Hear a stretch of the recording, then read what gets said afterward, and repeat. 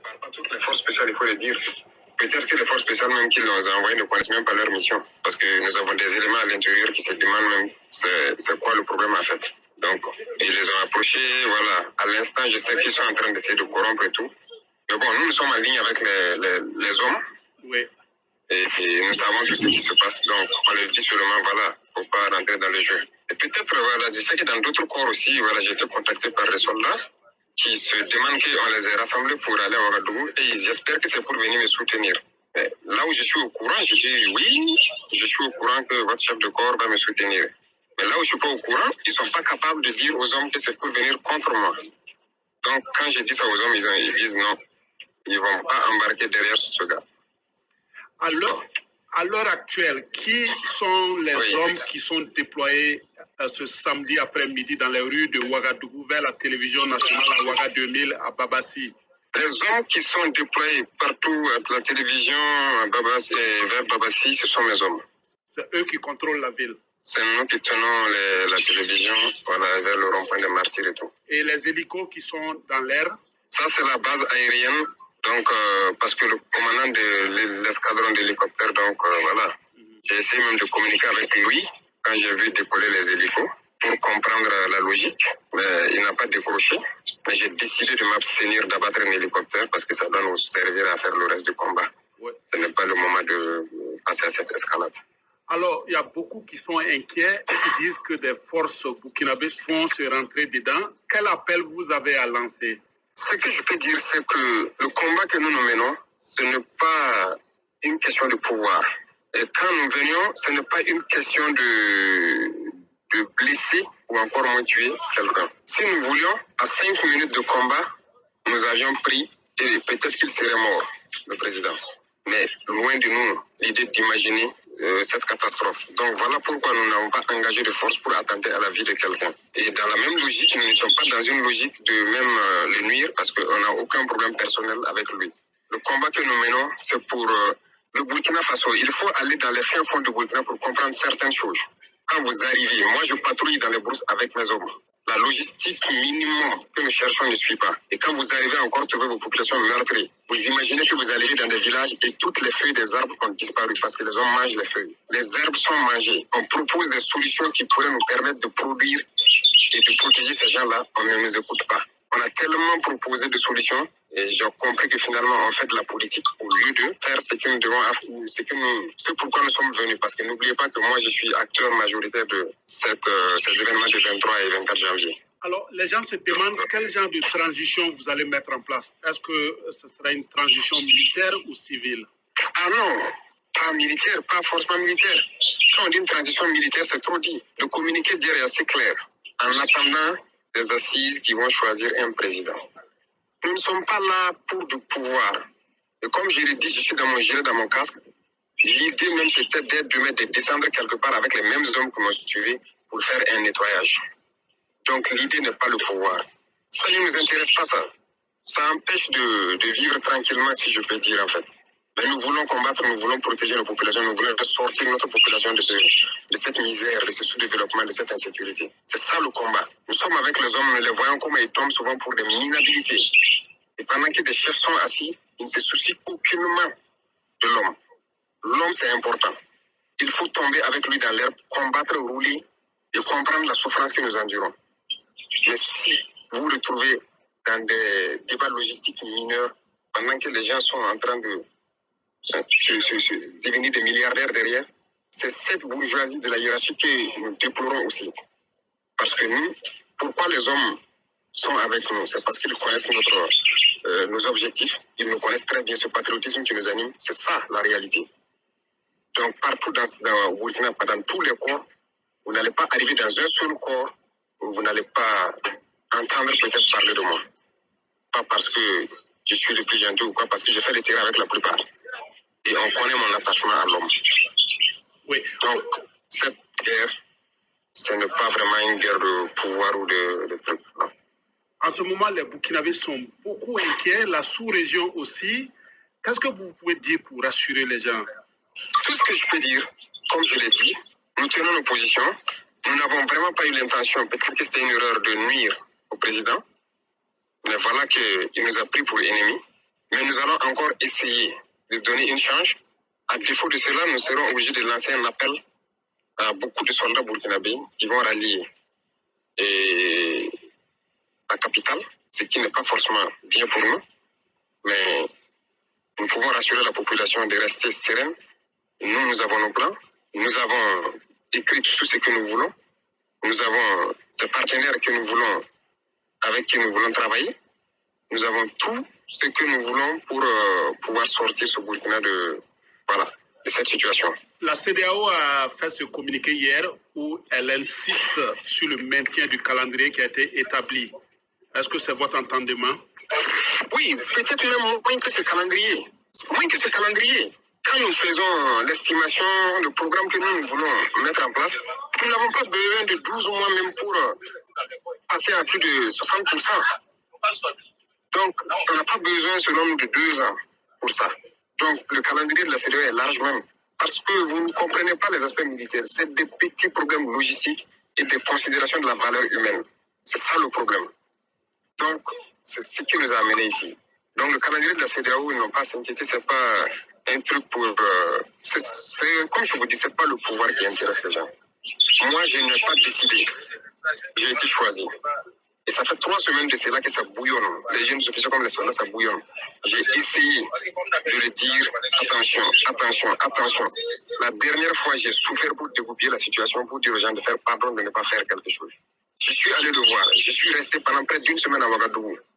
Le parler, mais rien. Et les gens voient aussi la destination qu'il prend, politiquement. Donc ça aussi, ça pose problème à certains Burkinabés. Je suis reparti dans mon combat. Finalement, les hommes ont décidé qu'on revienne et je suis là. Donc, ce n'est pas ma personne qui a décidé de faire ça. Donc, la CEDEAO peut rester tranquille. Ce n'est pas une question de... Si dans 4, 5, 6 mois, tout est l'ordre est rétabli, ça ne sera pas militaire de toute façon. On n'est pas là pour ça. Les civils vont choisir leur président et puis on va continuer le combat. Voilà, ça c'est... Voilà, chers compatriotes, ça c'est le président, le capitaine Traoré, celui qui vient de renverser l'ex-président, parce qu'on va l'appeler comme ça, l'ex-président d'Amiba. Vous avez vu que la population burkinabé, et combien de coups d'État qu'il y a eu en si peu de temps.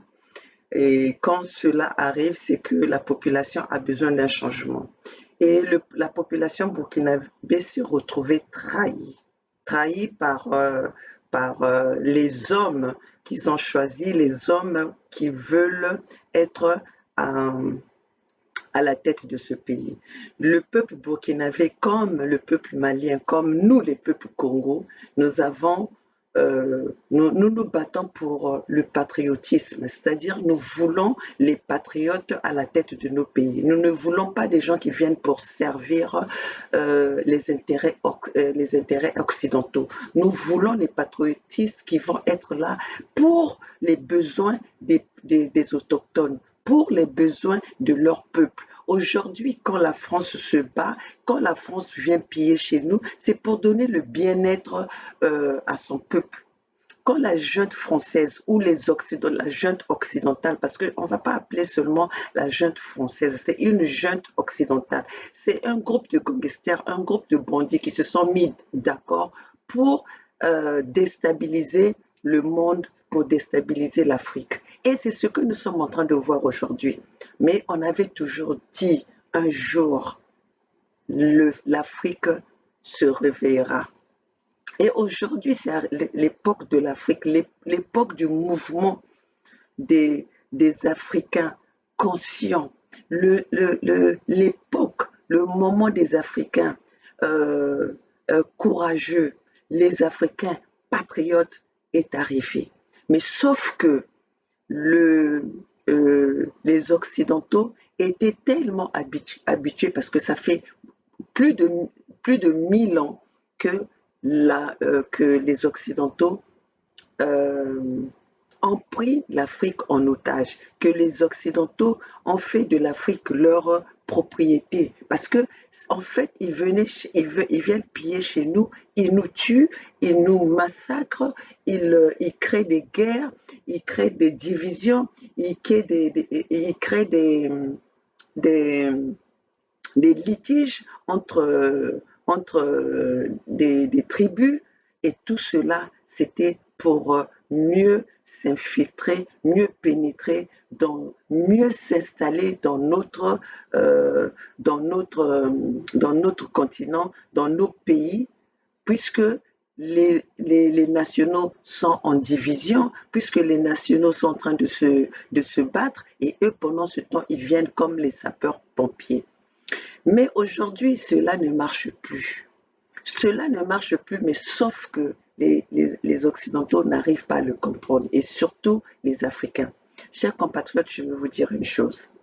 L'Américain, le Français, c'est un hypocrite. Il est hypocrite, orgueilleux. Et il est sournois. Ça, c'est les trois choses-là que le Français est dans sa peau. Et c'est ça qu'ils ont aussi passé aux peuples qu'ils ont colonisés, l'hypocrisie. Moi, je veux vous dire que je suis aux États-Unis. S'il y a une chose qui m'impressionne aux Américains, c'est que les Américains, les Américains sont francs.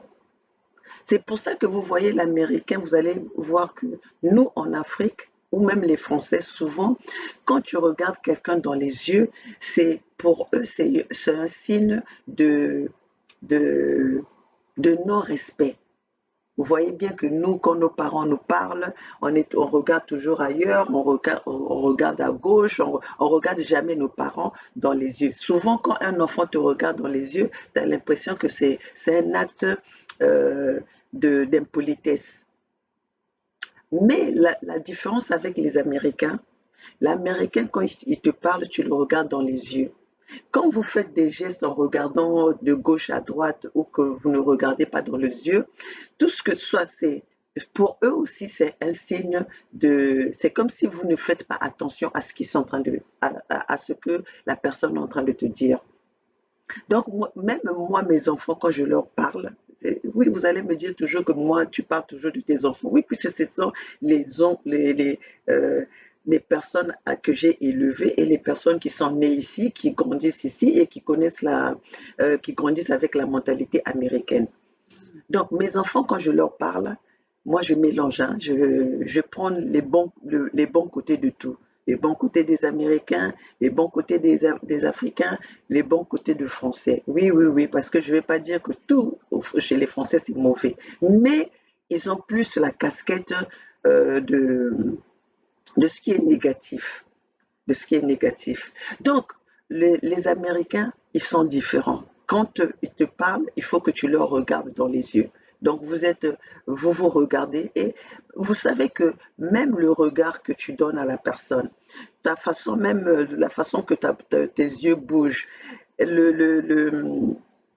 la posture, les gestes de ton visage peuvent tout dire, peuvent tout déterminer. Et l'Américain, c'est quelqu'un, quand il ne veut pas, il va te dire carrément. Et il n'est pas rancunier. L'Américain n'est pas rancunier, mais le Français est très rancunier. Quand vous voyez dans nos pays, souvent les gens ici, souvent les Africains, ils disent « Ah, moi, je suis très rancunier, je suis très rancunier, je suis très rancunier. » Ça, c'est l'héritage français, l'héritage européen. Mais l'Américain, il n'est pas rancunier. L'Américain, une fois que c'est fini, l'Américain a la facilité de demander pardon. L'Américain a la facilité de s'excuser. Et l'Américain est très vite de te dire aussi quand il n'est pas d'accord. Quand il n'est pas d'accord, l'Américain va te le dire carrément. Comme ils le disent, I don't have time. I don't have time for that. J'ai pas le temps pour ça. L'Américain va te dire même que quand vous avez eu quelque chose, et que tu viens, tu lui dis non, tu te rappelles, tu m'avais fait quelque chose comme ça et tout ça, là, il va te dire, j'ai pas le temps pour ça. Je suis passé à autre chose, et je ne suis pas un storage. Donc ça veut dire que je ne suis pas la cave. pour garder ces choses-là. Donc, move on, let's move on. Pensons à autre chose, passons à autre chose. C'est comme ça que sont les Américains. Donc, ce qui est en train de se passer en Afrique, comme on dit, l'OTAN et tout ça, là. Mais si l'OTAN est en train de se maintenir et que le temps est avec les Américains, se mettent avec les Français, c'est par appel des Français, des Européens. Parce que les Européens ont fait, les Européens euh, invitent les autres, surtout les Français invitent d'autres partenaires, d'autres personnes, parce que la propriété de l'Afrique, ils se croient propriétaires de l'Afrique. Donc, si l'OTAN en Afrique, ce qu'ils sont en train de faire, ils sont en train de suivre les pas des Français. C'est par la demande de Français que l'Américain est en train de le faire. Parce que l'Américain, c'est quelqu'un, dès qu'il voit qu'il est en train de faire, que les gens voient, que les gens ont découvert qu'ils sont en train de le faire, ils vont partir. Ils ne vont pas insister, comme aujourd'hui, la France est en train d'insister. La France nous a toujours dit, la junte française nous a toujours dit qu'ils venaient en Afrique pour aider les Africains. Mais aujourd'hui, les Africains demandent que nous sommes prêts à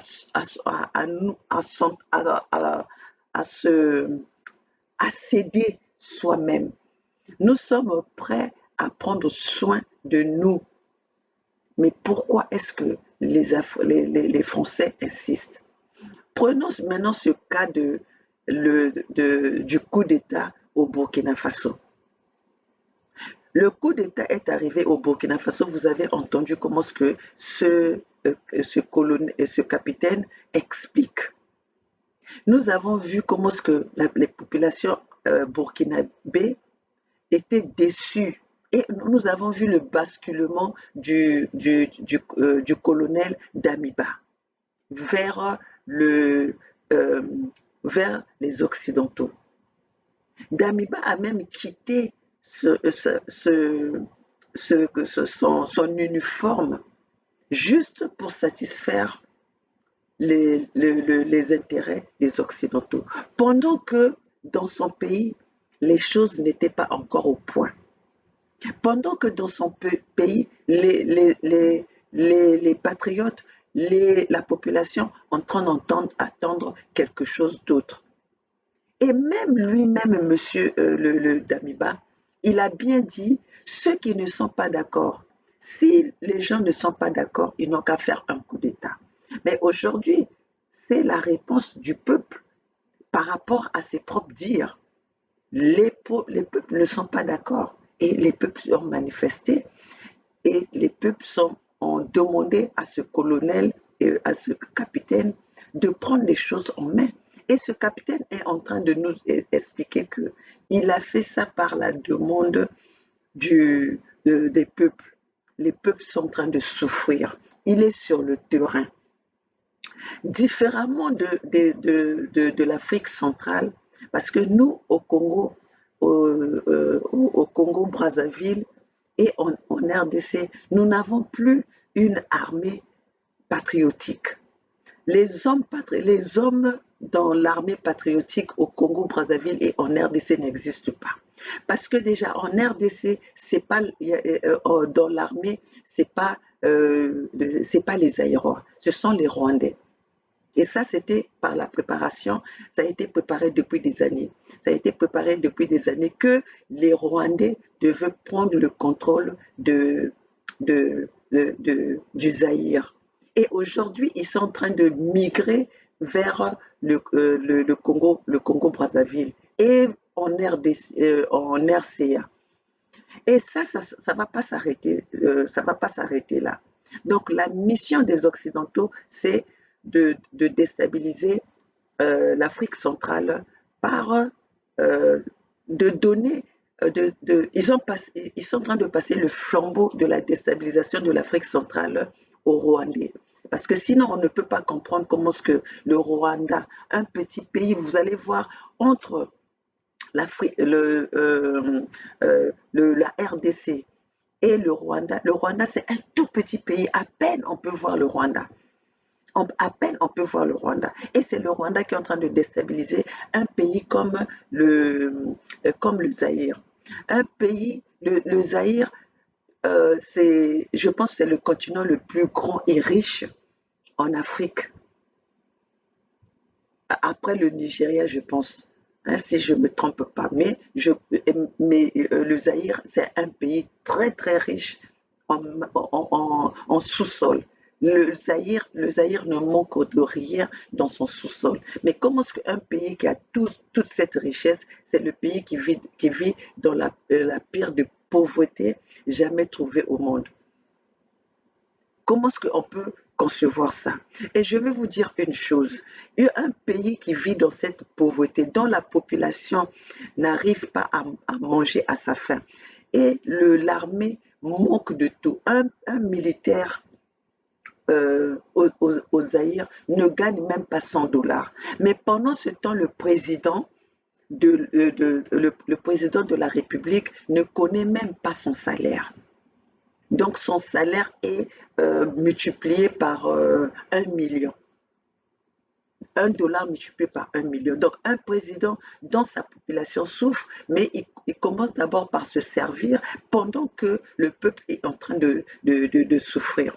Donc c'est pour vous dire que la révolution qui est en train de se faire en Afrique, c'est le ras-le-bol des peuples africains de rester dans la misère éternelle, alors que nous voyons très bien que nous avons toutes ces richesses pour se développer. Mais pendant 1000 ans, on nous a fait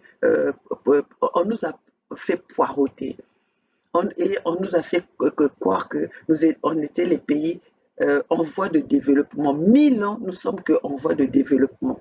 Mais pendant ce temps, tout le monde vient puiser chez nous. Tout le monde vient piller chez nous. Tout le monde vient voler chez nous. Tout le monde vient arnaquer chez nous. Et en plus de ça, sans reconnaissance, même pas nous donner, même pas avoir de la considération avec le peuple que vous allez piller. Avec le peuple qui est en train de tout vous donner.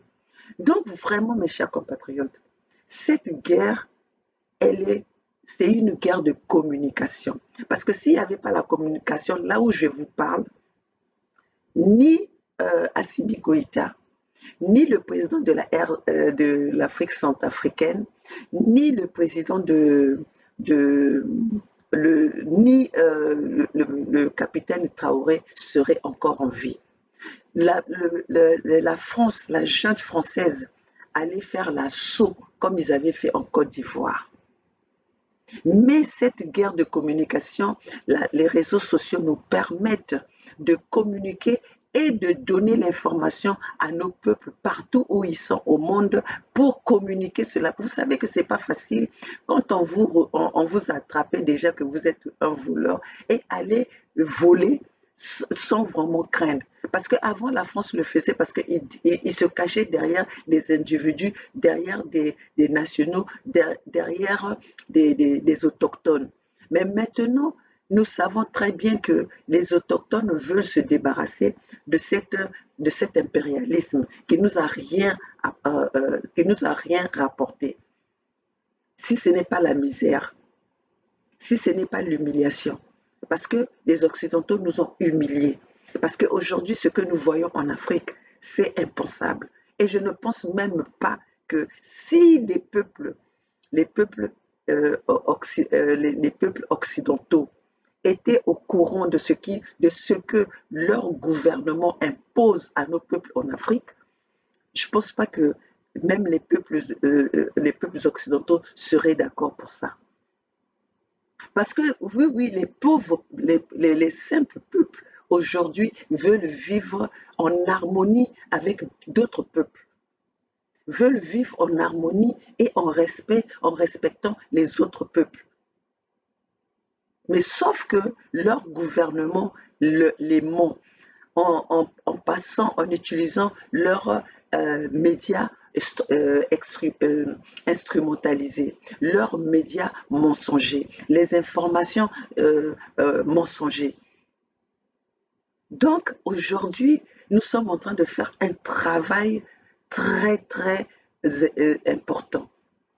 le travail, la mobilisation et la sensibilisation que nous sommes en train de faire, parce qu'aujourd'hui, il y a beaucoup de gens qui découvrent qu'il y avait des choses comme ça qui se passaient en Afrique. Surtout les Américains étaient en dehors de leur vie, leur vie quotidienne. Les Américains ne sont pas au courant, ne sont au courant de rien. Les Américains ne s'occupent même pas du voisin, non, parce que pour eux, ce qui les importe, c'est leur vie. C'est pour ça que les Américains, ils ne savent pas autre chose. Ils ne savent pas grand-chose des autres pays. D'ailleurs, les Américains, c'est maintenant qu'ils ont commencé à voyager. L'Américain avant ne voyageait pas. L'Américain avant, même tu lui disais où se trouve, euh, où se trouve même le Mexique, en dehors de ceux qui habitaient la Californie. Tu leur demandes où se trouve le Mexique, ils vont te dire que c'est en Espagne. Donc l'Américain était vraiment limité. Ce que l'Américain, la différence, vous savez, nous, en Afrique ou en Europe, quand on va à l'école, on étudie, on étudie beaucoup de choses en même temps, comme on appelle ça l'étude générale. Hein. Vous faites d'abord, avant de se spécialiser, vous faites des études générales. Mais les États-Unis, vous allez voir que un médecin qui est un médecin de la tête ne peut pas quitter la tête pour faire les épaules. Un médecin qui est pour le bras ne va pas quitter le bras pour faire le coude ou enfin pour faire le cou. Ils sont spécialisés dans le sens que c'est si bien qu'un Américain, son, quand il est dans son domaine, il connaît son domaine de A à Z, parce que c'est ça qu'il doit apprendre. Et l'Américain est tellement, dirais-je, je ne sais pas si je dois dire méticulé, mais l'Américain, dans son domaine, n'a pas droit à l'erreur. C'est pour ça que quand ils sont dans un domaine, ils sont dans un métier, et leur métier, ils restent dans son domaine, ils ne dépassent pas. Vous allez voir même ici aux États-Unis dans le dans le dans le domaine médical. Il y a d'autres domaines qui sont dans le médical, que même en France, en fait, en France, tu peux être infirmière, mais tu es infirmière de tout. Mais ici, si tu es infirmière et que tu aides le médecin qui fait que la tête, tu t'arrêtes que à la tête. Quand tu fais que pour la surgery, tu t'arrêtes que dans le surgery. Nous avons des, des médecins qui sont là que pour les plaies, nous avons des infirmières qui sont là que pour les plaies. Donc, il y a aux États-Unis, chacun reste dans son carré. Donc même comment on appelle les attorneys, les lawyers, comment on les appelle les lawyers, les avocats. Prenons le cas des avocats. Un avocat aux États-Unis n'est pas comme nos avocats à nous, comme les avocats même en France. Oh oui, j'ai un avocat. Non, non, non, non, non, non, non. Ici, les avocats, tu verras, il y a les avocats de travail, il y a les avocats de l'immigration, il y a les avocats des accidents de la route, il y a les avocats pour les cas de divorce, il y a les avocats pour... Donc, c'est des domaines. Un avocat, j'ai travaillé, j'étais... je travaillais pour une famille qui sont leurs fils. D'ailleurs, aujourd'hui, nous avons des très très bonnes relations. D'ailleurs, quand j'ai besoin d'un avocat, c'est lui que je le contacte, lui, parce qu'il enseigne même les cours de droit.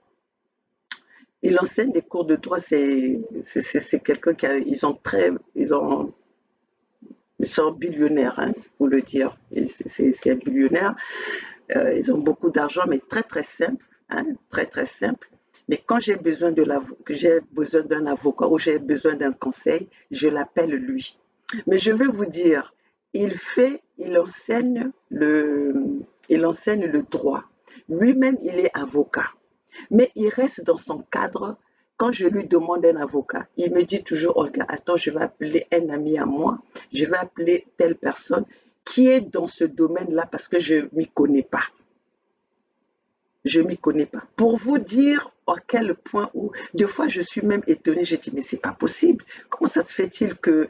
Donc, des fois, ça me dépasse. Mais oui, c'est comme ça parce qu'il peut connaître, mais il ne veut pas être dans des erreurs parce que ici, un petit truc peut te coûter,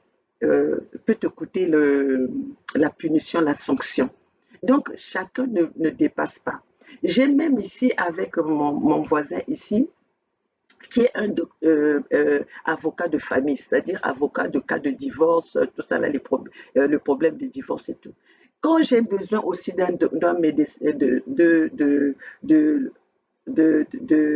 l'avocat, des avocats, je lui pose la question. C'est même lui c'est même eux qui parlent. D'ailleurs, c'est eux, ils me disent toujours, bon, pour ton cas comme ça, il faut apprendre tel avocat. Pour ton cas comme ça, il faut prendre tel avocat.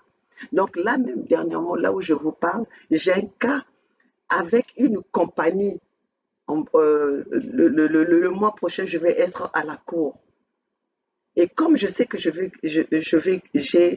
toutes les raisons, j'ai même pas pris un avocat. J'ai juste utilisé je les ai juste utilisés pour me donner des conseils. Oui, oui, pour me donner des conseils. Ici, ça se passe comme ça. Donc, j'ai même pas pris l'avocat. J'ai juste parce que, vous savez, comme je connais mes droits, toutes les choses, quand j'ai besoin, je sais que ça, je peux aller à la cour avec, je vais à la cour. Je vais à la cour. Donc, je porte plainte. Donc, là où je vous parle, j'ai un cas qui va être, qui va être écouté à la cour le mois prochain. Donc, et pourtant, et ça m'a pris du temps parce que toutefois que je demandais, mes avocats, ils m'envoyaient par-ci, non, ça, on ne peut pas faire ça, on ne peut pas faire ça, on ne peut pas faire. Effectivement, avec leurs conseils, j'ai essayé de prendre ce cas-là par moi-même. Donc, résoudre ça. Et ça permet, comme j'ai pas d'avocat, j'ai pas pris d'avocat, les défendants n'ont pas le droit d'avoir non plus des avocats. C'est comme ça que ça se passe ici. Quand c'est un montant qui ne dépasse pas, qui ne demande pas d'avoir les avocats, donc si vous n'avez pas d'avocat, eux aussi, ils n'ont pas le droit. Ils peuvent avoir les avocats par derrière, leur donner des conseils. Comme moi, on me donne des conseils, non, il faut faire ci, il faut faire ça et tout ça là. Mais l'avocat ne va pas se présenter. Donc, eux aussi, ils n'ont pas non plus l'avocat qui doit se présenter le jour du jugement. Donc ça, c'était en preuve pour vous dire que ce qui est en train de se passer en Afrique, la relation que l'Afrique est en train d'avoir avec la France, le ras-le-bol des Africains auprès de la France, s'il n'y avait que les Américains, ils allaient reculer. Mais la France, ils sont tellement emballés, ils sont tellement orgueilleux, ils sont tellement abrités par leur arrogance. Ils ne veulent pas changer la position de s'asseoir. La France est comme le chien qui a pris une position, qui a pris la position assise et qui ne veut pas changer. Mais la France va être humiliée parce qu'aujourd'hui, l'Afrique est en ébullition. L'Afrique est en colère. L'Afrique est en révolte. L'Afrique est en train de faire la révolution. Parce que même nous, les peuples congos, nos peuples, aujourd'hui, ont signé la pétition. Si le Congo-Brazzaville est divisé aujourd'hui, c'est à cause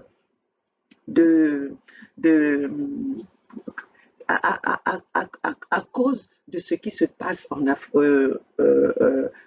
Congo-Brazzaville. Le Congo-Brazzaville a été divisé depuis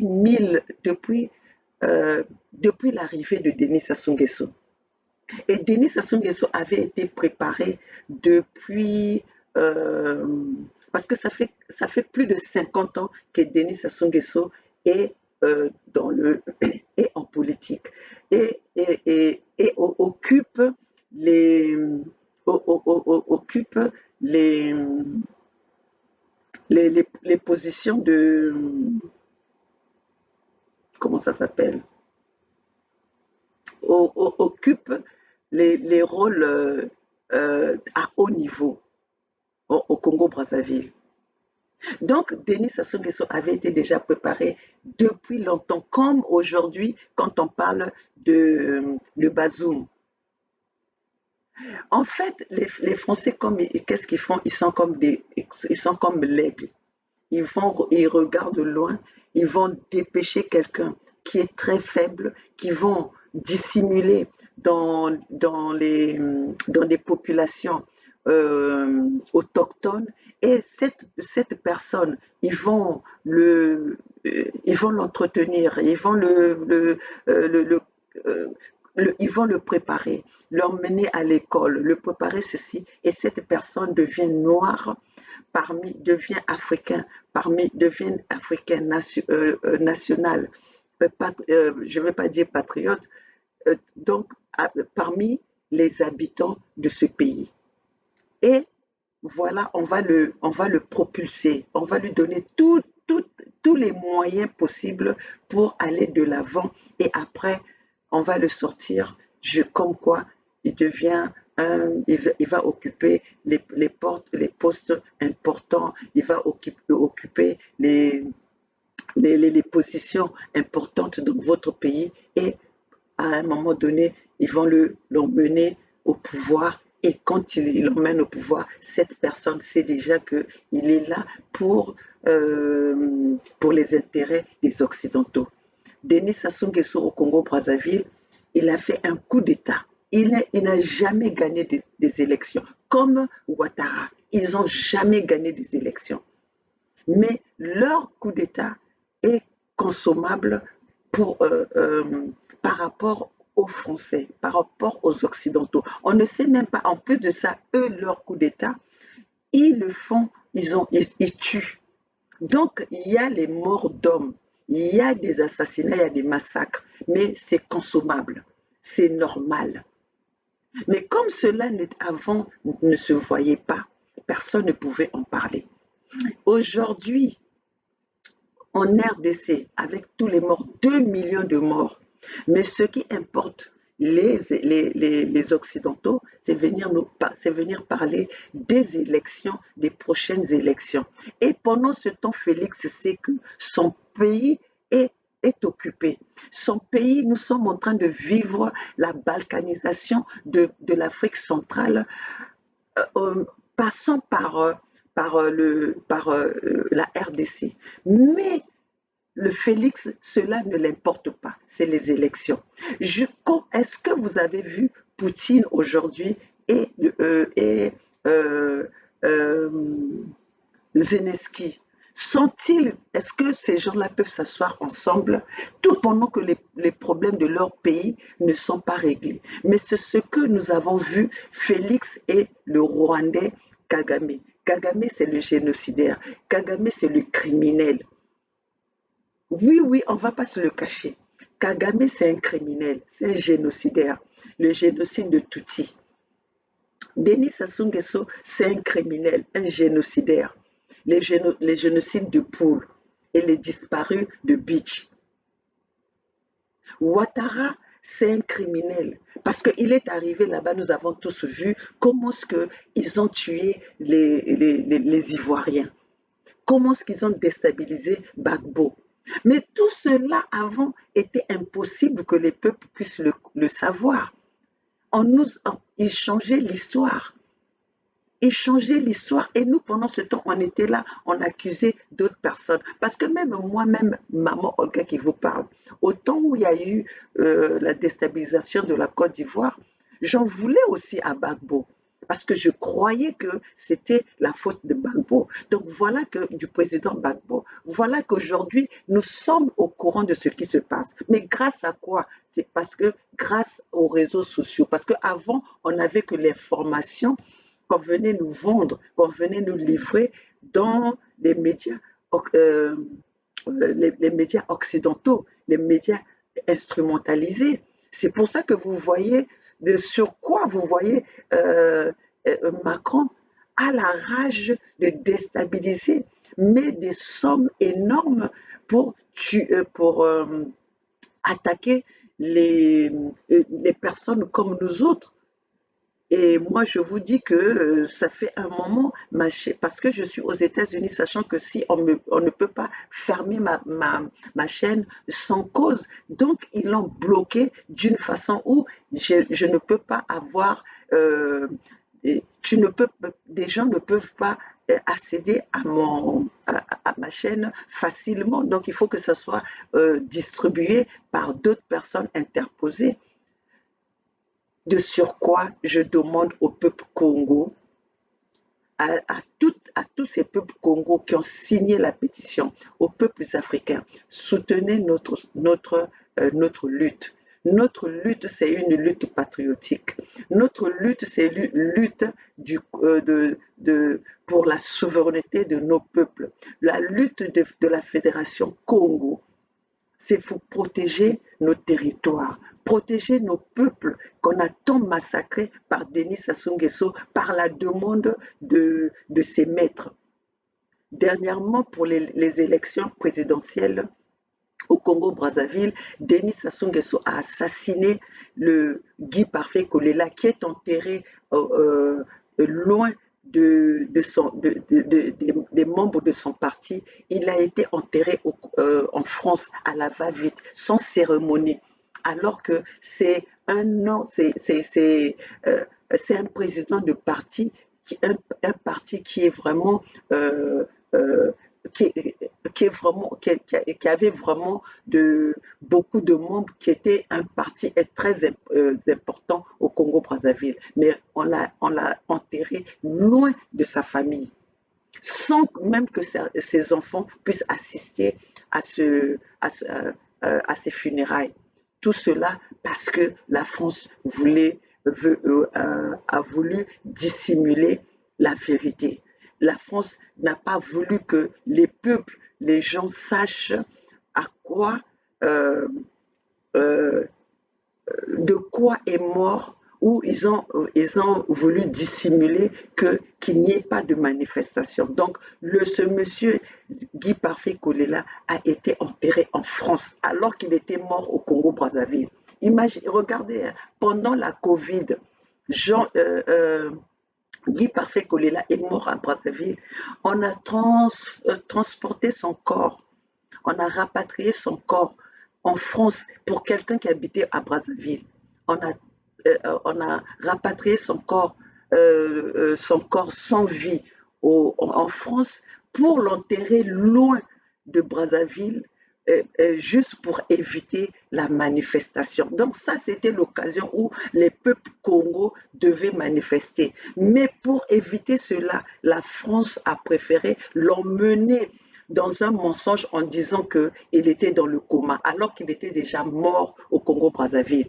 Si vous allez regarder mes vidéos, vous allez voir que j'avais annoncé la mort de Guy Parfait Kolela avant que les personnes puissent, avant que les médias publics puissent l'annoncer. Et ça m'a coûté des injures parce que les gens ne pouvaient pas comprendre que nous, dans la Fédération Congo, on savait, parce qu'on nous l'avait déjà dit, que le corps de Guy Parfait Kolela est déjà mort.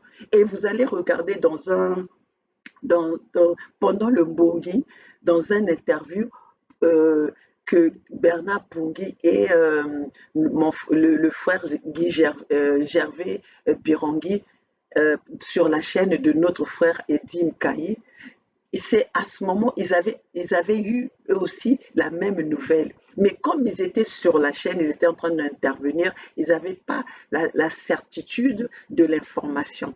Et moi, j'avais eu la certitude de l'information. Je suis venue, je l'ai dit haut et fort.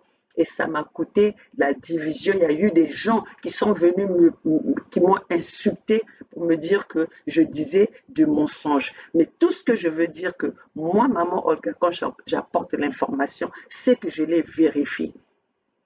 Je l'ai vérifié par des gens sûrs et je suis sûre de mon information. Je ne viens pas donner des informations juste pour pour avoir des vues. Parce que je ne vis pas des réseaux sociaux, mais moi je me suis installée devant cette caméra pour apporter l'information, sortir les peuples congos, sortir les peuples africains de l'ignorance, sortir les peuples africains de non-connaissance de l'actualité. Donc c'est pour ça que je préfère être sûr, chercher d'abord mon information. D'ailleurs, vous allez voir que souvent, quand je viens, je prends toujours mon temps avant de venir parler d'une information.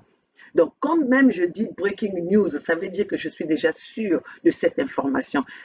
Allez regarder de toutes mes vidéos, il n'y a aucune information que j'ai apportée et qu'elle a été fausse après ou elle a été démentie après. Donc voilà, mes chers compatriotes, aujourd'hui, ce que nous sommes en train de vous dire, la France est responsable de la déstabilisation africaine. Et jusque-là, la France ne veut pas changer de posture. Ils ne veulent pas changer de posture, oui, parce qu'ils jouent aux enfants gâtés.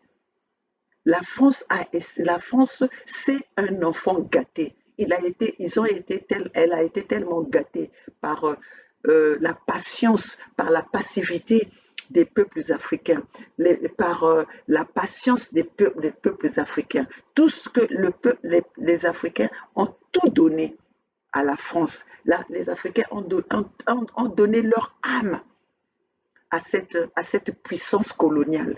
Mais en retour, ils n'ont même pas pu nous tendre de l'eau qui vient de chez nous tendre même de l'eau pour nous enlever la soif. Regardez comment l'ingratitude de la France. Mais aujourd'hui, nous sommes là, on va mobiliser nos peuples. Et c'est ça qui va, la France, quand il nous parle qu'il y a le sentiment anti-français, il n'y a pas le sentiment anti-français, il y a le sentiment anti-la junte française. Aujourd'hui, nous allons dire aux Occidentaux, il y a un de nous que vous assassinez devant nos yeux. Le monde, si vous croyez seulement que vous voulez déstabiliser l'Afrique, ça ne serait pas seulement l'Afrique qui va être déstabilisée, ça serait le monde qui va être déstabilisé. Nous allons tous payer le prix. Nous, les Africains, on a déjà payé, on a déjà assez payé. Nous n'avons plus rien à perdre. Mais vous avez beaucoup à perdre parce que vous étiez habitués à venir creuser chez nous. Vous avez été habitués à venir puiser chez nous. La misère que vous nous avez imposée, nous vivons avec. Donc, vous avez plus à perdre. Donc, il est temps pour vous de prendre conscience, de reculer, de réfléchir. Mais si vous faites seulement le dur, si vous jouez seulement au fer, comme le fait les Bernard-Henri Lévy, comme le fait Macron, vous allez être humilié. C'est vous qui avez à perdre. Donc, il est temps maintenant de pouvoir trouver une solution. Comment est-ce que vous voulez marcher avec nous. Vous voulez continuer cette relation que vous avez avec nous. Nous voulons, maintenant, l'Africain demande aux impérialismes demande aux Français, aux Occidentaux, de quitter le costume du paternalisme quitter ce costume-là. Nous ne voulons plus être babysitting. On ne veut plus qu'on soit babysitting par vous. Nous voulons maintenant du partenariat. Donc, les peuples, comme nous avons vu que le peuple, l'armée burkinabé demande de l'aide, demande de soutien. Mais ils vont l'obtenir.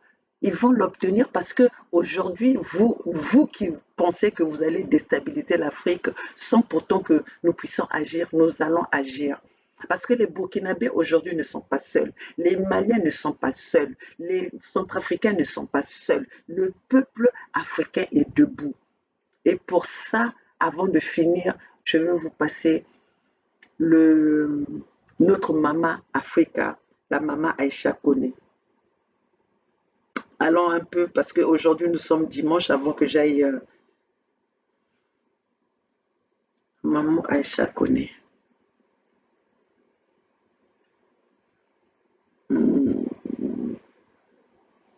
Passons d'abord la maman Aïcha Koné.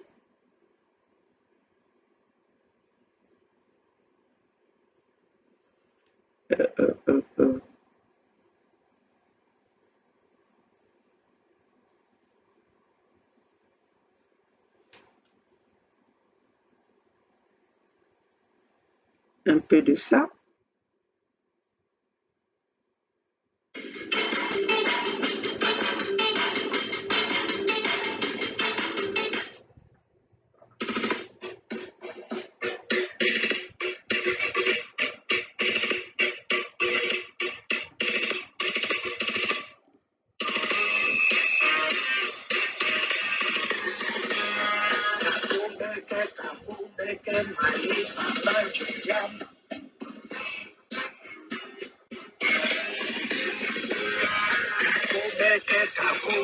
Regardez.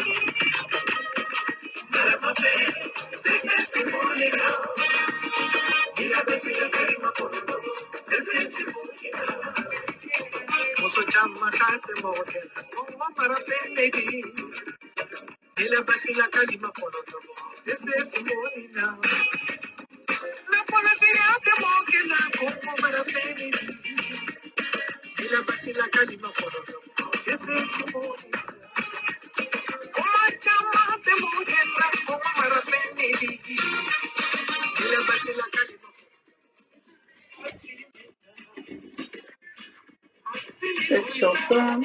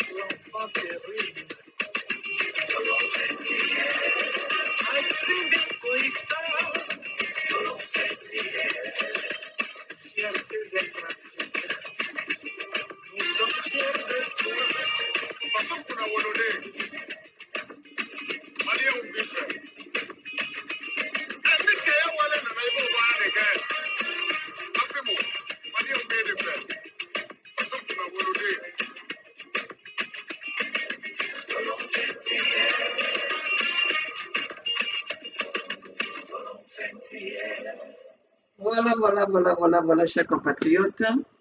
Nous ne pouvons pas quitter ce message de ce matin sans pourtant faire, comment dirais-je, réveiller nos consciences, essayer de se mouvementer avec cette chanson de notre maman Africa, maman Aïcha Koné.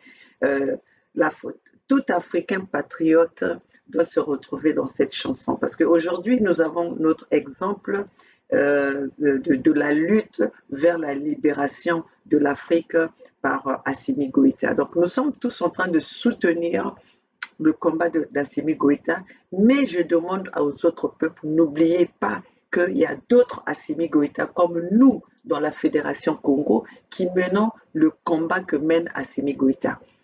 Donc, comme on venait de voir les putschistes, s'il faut, comme on le dit toujours, parce que quand vous arrivez par un coup d'État, on vous appelle les putschistes. Donc, les putschistes de Burkina Faso, des Burkinabés, sont en train de faire appel à l'aide, font appel à l'aide à d'autres partenaires qui peuvent les aider à combattre parce qu'aujourd'hui, on ne sait même pas que veut la France de l'Afrique, que veut la France du Burkina Faso. Ils ont tué Thomas Sankara devant nos yeux, personne n'avait réagi et aujourd'hui, il y a toujours les coupables n'ont jamais été punis. Et aujourd'hui, nous n'allons plus laisser que ces Français-là nous n'allons plus commettre cette erreur. Nous n'allons plus laisser la France tuer nos leaders, tuer les dignes fils de nos pays qui sont là pour leur peuple, juste pour protéger les intérêts de la junte française ou de la junte occidentale. Donc c'est pour ça qu'aujourd'hui, nous aussi, dans la fédération Congo avec un K, les Congos qui ont été divisés dans leur propre pays, dans leur propre royaume, on a été divisés par la junte occidentale pour mieux régner dans nos territoires. Alors aujourd'hui, nous demandons à tout ce peuple de se réunir, les peuples Congo, parce que vous voyez qu'aujourd'hui, il y a un danger qui est en train d'arriver. Il y a un danger qui est déjà entre nous. Nous avons maintenant une puce qui est dans nos familles, dans nos pays qui est autre que les Kagame, qui sont autres que les Rwandais. Les Rwandais, un petit pays qu'on a armé pour déstabiliser l'Afrique centrale.